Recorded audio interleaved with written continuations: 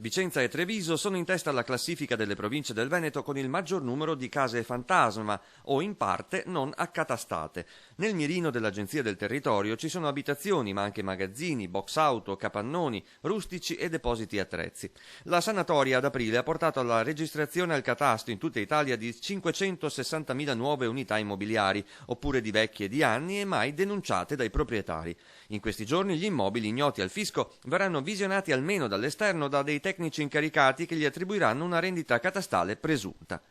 In provincia di Vicenza è stato riscontrato il 37,4% di anomalie con il 4,8% di irregolarità, in quella di Treviso il 35,7% con il 3,4% di irregolarità, seguono Rovigo, quindi Verona, Padova, Venezia e Belluno.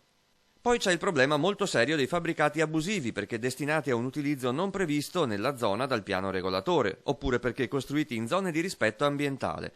In questi casi la sanatoria non è prevista e il sindaco sarà obbligato a denunciare il proprietario alla magistratura. Il giudice potrebbe anche ordinare la demolizione degli stabili. Si salvano quelli rurali che, se costruiti vicino a un terreno coltivato, possono essere regolarizzati con una sanatoria.